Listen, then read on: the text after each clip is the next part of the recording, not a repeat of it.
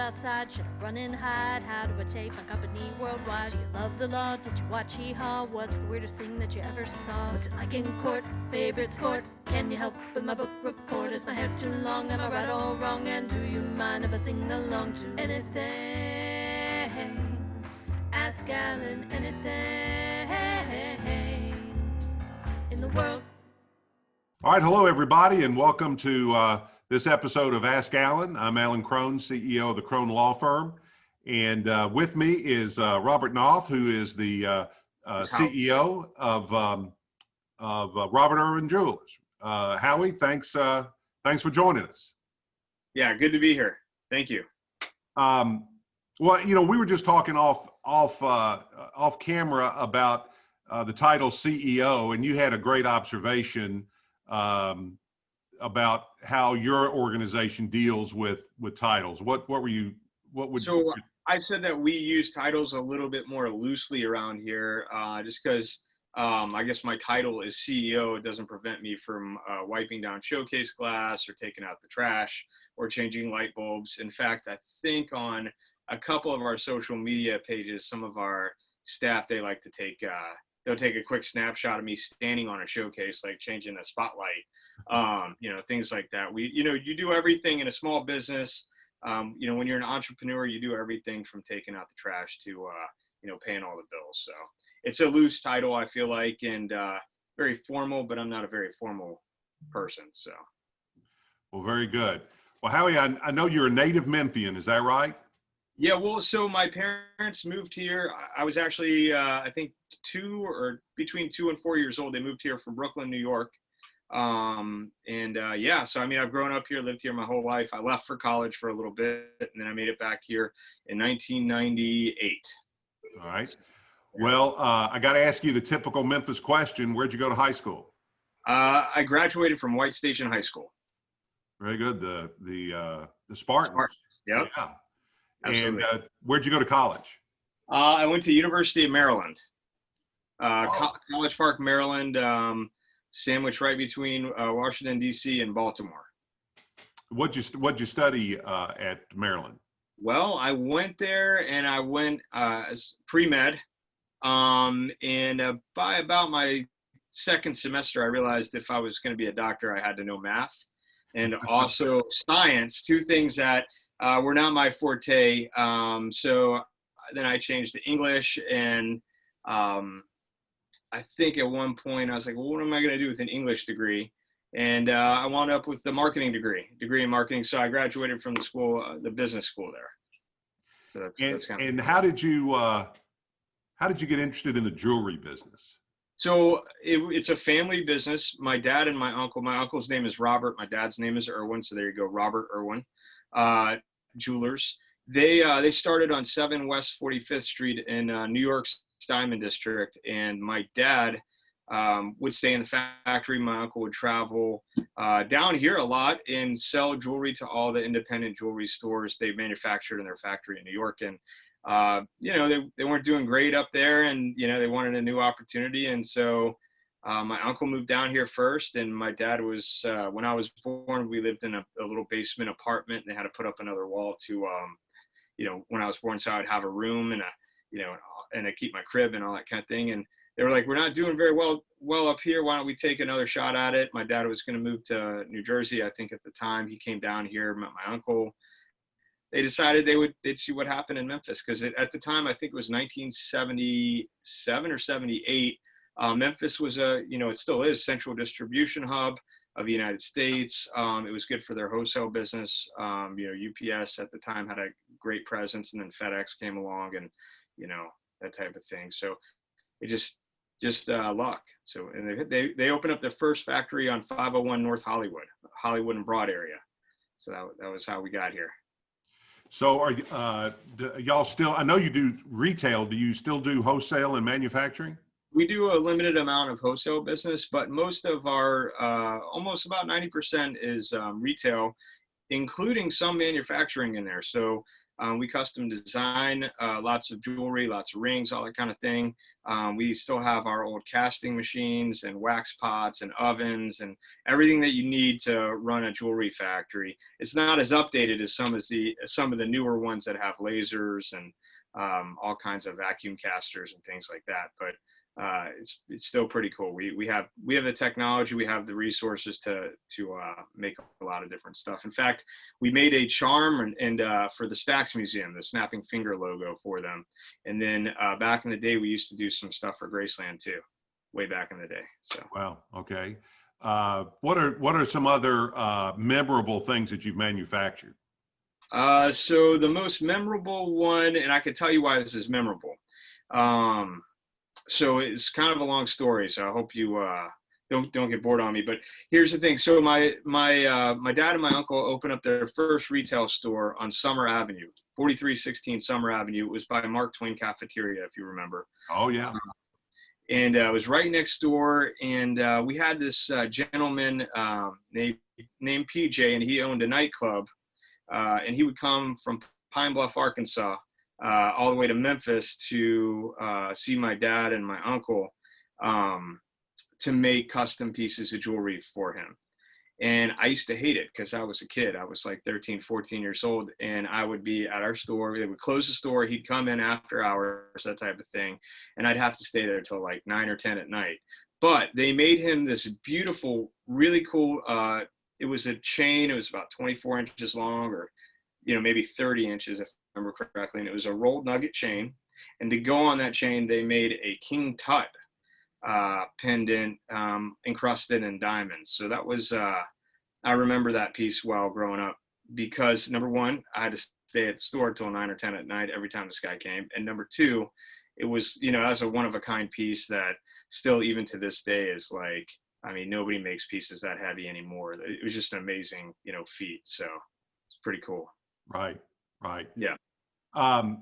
One of the things I always like to ask is, nobody gets where they are by themselves. Who are some of the folks in your life that were role models or mentors that really kind of shaped the arc of your life and your career?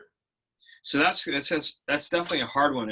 There have been so many people that have definitely helped me get to where I am today. Specifically, I have people that I work with that are like family members that really help me grow and expand my business. And without them, I couldn't do anything that I currently do. So I'm very lucky for that. I'm lucky that they've been with me this whole time and that they've helped me get to where I am. But I guess my dad would be the first person that had a big impact on me. He came to the United States. He was born in a German deportation camp after World War II. And so somehow his family was relocated to the United States, or they got lucky and they were able to come here. And he always taught me kind of the value of hard work. The whole bootstrap mentality that people have, and some people that they definitely used to have, but some people currently have that. I kind of lived it. I got to watch it.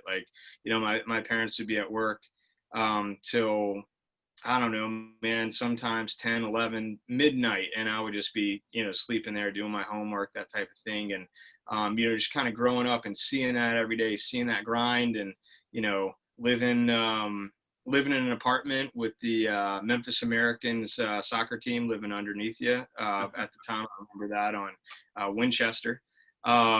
You just kind of, and then just see all that develop over time, and see my family really just like keep that hard work going. And then, great things just happened. And so I think that was, to me, that was defining for my personality in general. And, when I came to work with him, I guess in early 1990, I guess it was late 1998, December of 98.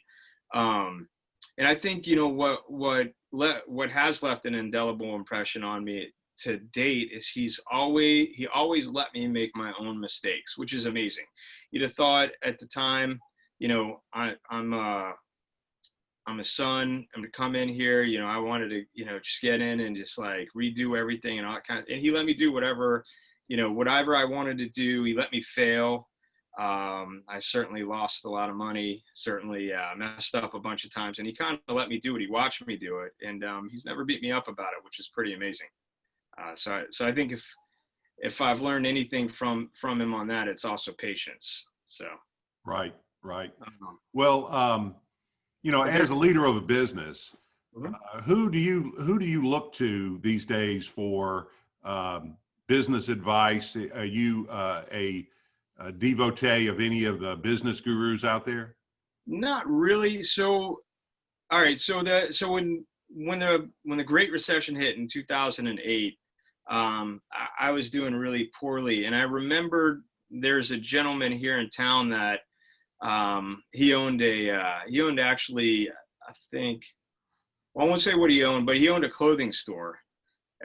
He bought a clothing store from somebody. It was a 5-store chain, and I think later on it turned into City Gear, which was a Memphis company. Got bought by Hibbets, all that kind of thing. Mhm.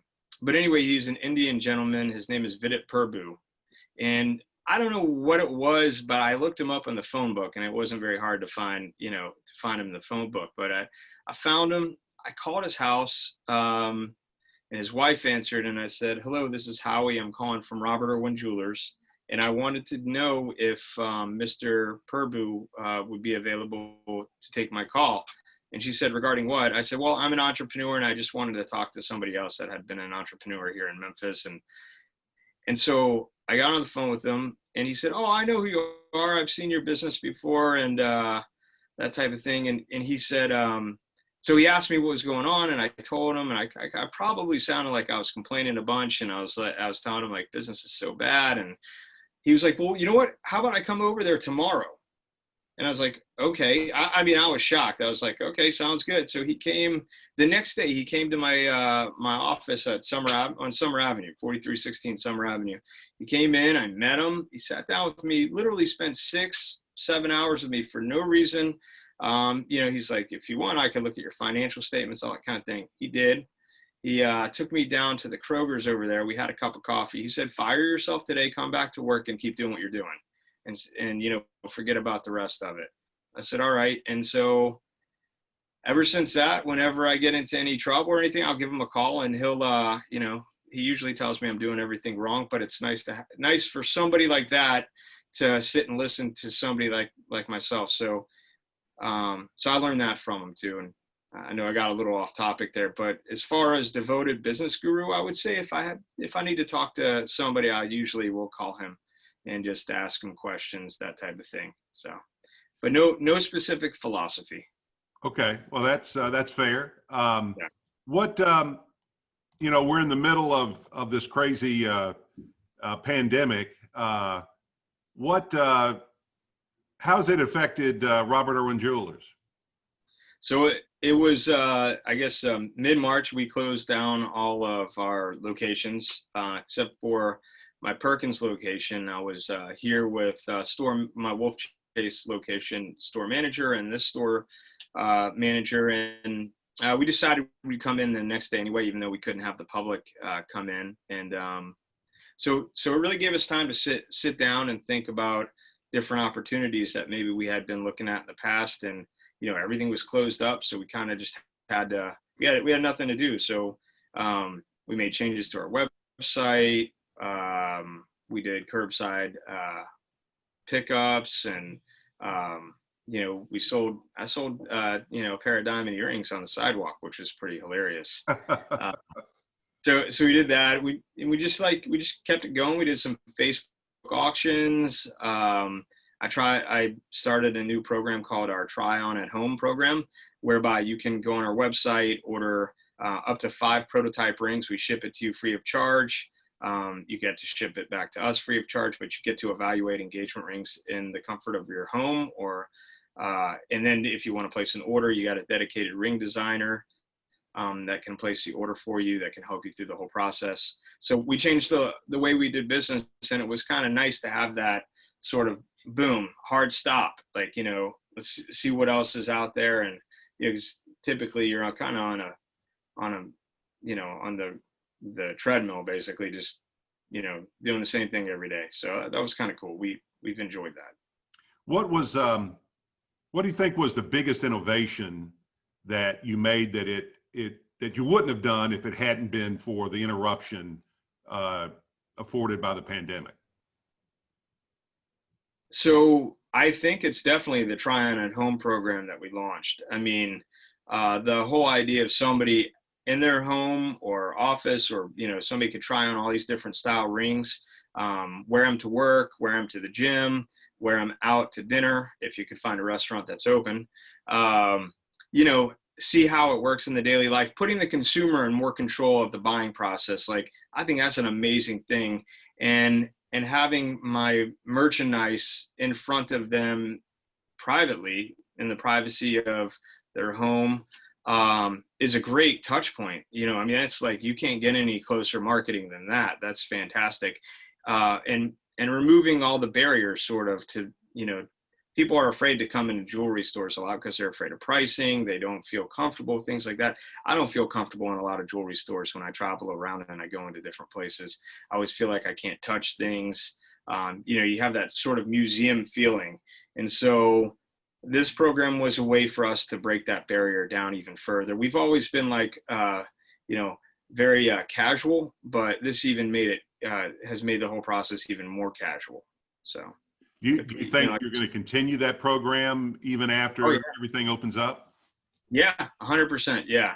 And we'll probably continue, perennial Facebook auctions, that type of thing. And if people, people pull up in front of our stores and they need us to bring something out to them, we do that too. Obviously we have special security and that type of thing for situations like that. But, we've just adjusted to, this is going to be normal life going forward for a long period of time. So, that's what it's all about. Being a small business and an entrepreneur, you got to be ready to react to pretty much anything. And, I thought the recession of 2008 was it. This definitely took the cake. And I feel a little bit, I know this is going to sound totally insane, but I feel a little bit lucky to have lived through this as a business person so that I could learn for myself, like how really flexible I can be, how open my mind is towards new ideas. Like, you really have to be open to the challenge and up to the challenge and ready to, pivot and I think there's Stoic philosophy about this. I think it's Marcus Aurelius. It's the obstacle is the way. And, it's all about, finding, there's always going to be an obstacle for everything, but how do you find the right way to get around the obstacle? And that's where you always have to go, be thinking about. So, all right. So I got to ask you the reverse image question. What did you try that just didn't work? Oh man. What did we try that didn't work? Let's see. Oh man, it's going to sound real bad if I say, everything we tried worked a little bit, to be honest. Well, that's good. I'll tell you, I did the same thing. We tried to reimagine what law firms were all about. Yeah. And, that included doing consultations on Zoom and remote execution of documents and so forth.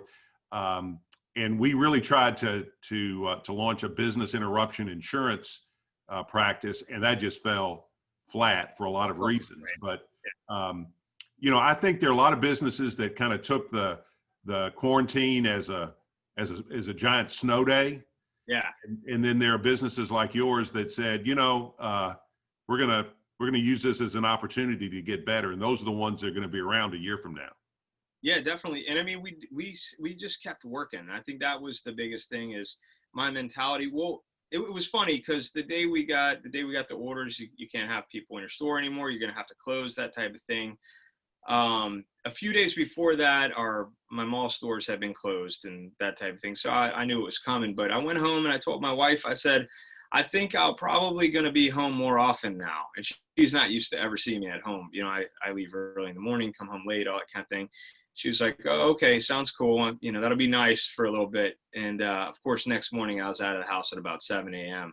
And she's like, you work less now, that your stores are open than you did, when you were actually shut down. So, it's like a frame of mind, and you constantly staying out there. And I was lucky too, because I had a lot of people in Memphis that really supported us, checked on us, Even folks in, that are on the local radio stations would call me and say, hey, do you want to come on for a minute? And tell us what's going on out there, that type of thing, which was, they didn't have to do that. They just did it just to be cool. So I don't know, very great. Memphis is an amazing city, amazing community. So just, I'm just lucky. That's all I could say. Well, I agree with you about Memphis. It certainly is a great community, and people do care about each other here. Well, let me ask you this: as a CEO of a retailer that's been around for over 40 years, what do you think is the future of retail? I talk to some of my business buddies, and it's kind of popular these days to say, well, commercial real estate is dead, and the implication is retail is dead. What do you think the future of retail is? Oh my God. So everybody, this is like the multi-billion-dollar question. Everybody says retail is dead and we're overstored and this and that. That's not really the case. The real case is that people typically fail to, or companies fail to innovate. It's always the same thing. You go to the same store to buy your clothes, clothing's on the rack. You pick it off the rack, you go into a dressing room and you try it on, and it becomes really price-based, and that's it. You have to sell an experience. You have to always be moving. You have to be, looking at the future and trying to figure out how you could, implement new technologies into what you do. Implement new ways to shop. The case in point, my Try On at Home program, it was something that we were thinking about for a couple of years before we launched it during the pandemic. The pandemic just kind of moved it along a little bit quicker. So honestly, I think it's a lot of excuse making on the part of a lot of business owners. You always got to be thinking of different ways to do stuff, and people always want to come and physically touch your products and see it, but they want good service, and you can't. It's not good enough to just say, oh yeah, we're all about customer service. You got to show it when people come in, and it's a feeling you get from entering a spot. You know what I mean? Yeah. How would you describe the Robert Irwin customer experience in 2020? So, it's very family oriented. Everything is the same as it was pre-March or pre-COVID. The only difference is we're all wearing masks, and we don't give as many physical hugs. But we're all about taking care of the customer. We'll go above and beyond. We have a policy for if you're going to get engaged and you want us to make a brand new engagement ring for you, and you get to pick out your loose diamond and your mounting, we put it together. You've got a 1-year return policy on that. That's how confident we are and how customer service oriented we are. So, for any reason within the first year you needed to return it, or, God forbid the relationship didn't work out or something like that, you're not stuck with the ring. So that's pretty cool. Or maybe you give it to her and she wanted something else, that type of thing. So, yeah, it's all about, taking care of people. That's it. That's our culture. So what's the business cycle for the year for a jeweler? I would imagine the holidays and Valentine's Day are big. What are your busy time of years, and what do you do to kind of goose business during those downtimes? So December is our busiest month. Christmas season is, the holiday season, Christmas season, that we're going to do we're going to do about, 40% of our business for the year during the months of November and December. And then we're going to do a bunch in Valentine's Day too. Those are the busiest times. And so all my stores except for this one and my Bartlett location are open on Sundays, but after Black Friday, we're open on Sunday. We're open every day. We have extended hours. We bring in new products, that type of thing. But yeah, we're ready to go. That's go time. Like start in November, December, it's go time for us. So pretty much all the way through from November through February. Yeah, November through February. January, we get a little bit of a break, and then February hits, and yeah, we're busy again. After Valentine's Day, there's a little bit of residual, and then, you go into March, April. Summer season, we do a lot of engagement ring sales and wedding band sales. A lot of people get married in the summer, get engaged during the Christmas season, that type of thing. Right. So, right. Yeah, that's kind of how that works. If someone's shopping for jewelry, what's your advice on how they should process that? Yeah. How should somebody approach an investment in jewelry?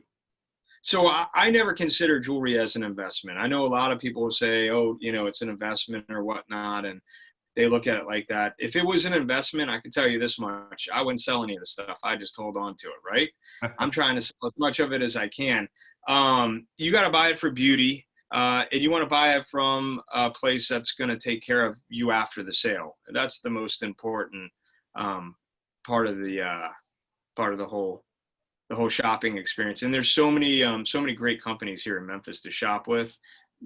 I like the idea of shopping with an independent company if I can. I try to do that, with clothing, with, even, you're eating at a restaurant. I always try to pick a local company to eat at, that type of thing. So, shop local. That's what I would say. Now, you've mentioned several of them. How many locations do you guys have? We have 5. And we have, where? Go ahead. You got East Memphis there on Perkins. Where else?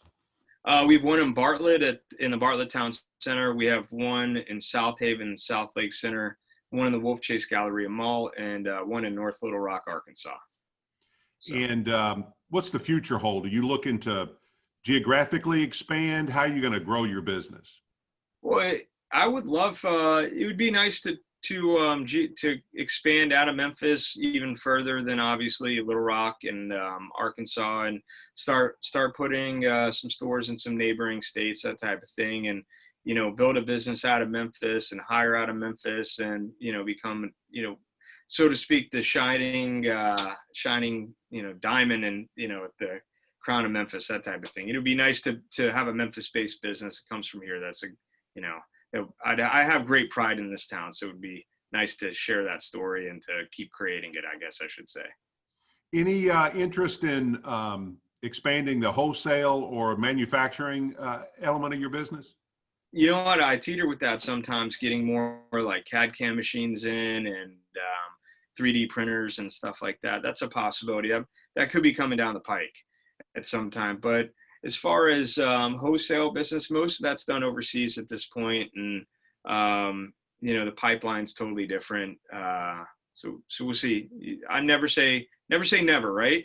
Right. But I'd say right now the opportunity for me is to continue servicing all the people I'm servicing and gaining all these new clients, and keep my website going, and our Trying at Home program, and all these great warranties and services that we offer, just keep them going, that type of thing, and build on that. But, you got to have a solid foundation before you start, sticking your toe in different waters, right? Right. So Howie, how long have you been the leader at Robert Irwin? So let's see, I guess this is my 22nd year, I think. I'm not good at math. No, I'm kidding with you. I think let's see. Yeah, so it's gonna be 21 years, and then at the helm, or as a leader, I guess I think I became an owner in 2003. So yeah, quite a while now. Yeah. So yeah. So if you could get into a time machine and talk to 2003 Howie, what would you tell yourself? I would tell myself, slow down. You have no idea what you're doing. I would say that. And then I would say, and listen to your dad when he tells you that that might not be a good idea, that type of thing. Man, I've made so many mistakes. I can go down the list for you. And like I said at the beginning of our conference here, our interview, I was lucky because I had somebody that didn't beat me up, over my mistakes, and which also taught me this is number one rule in business. Any entrepreneur out there, doesn't matter what happens today, tomorrow you get up and you keep trying. And you could have had the worst day ever. You could think that your business is done with. You could think that it's all over. You could have $0 in the bank, but you got to get up the next morning. You got to try again, and that's really, really what the secret sauce is in any business. Once you're tired of that and you can't do it anymore, then it is time to retire. So somebody said to me once, experience is what you get when you don't get what you want. Exactly. That's perfect. I got to remember that. I got a lot of experience. Yeah, same here. Yeah. I mean, look, I learned so much from failing, and it just, that's why, when that's what makes you resilient, and that's what makes it easier to handle things like the crisis and that type of deal. So Right. I think one of the best business shows that you can watch is The Amazing Race. Okay. I don't know if you ever watched The Amazing Race. No.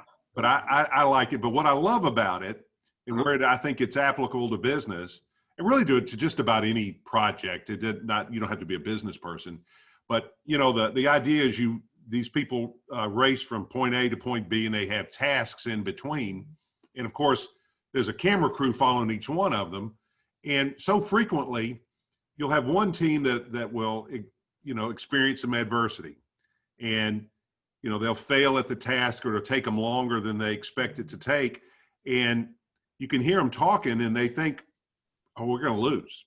Right. Well, something's happened across town to one of the other teams, and they're actually much farther ahead than they think. And they get to the finish line and they realize, okay, we didn't lose.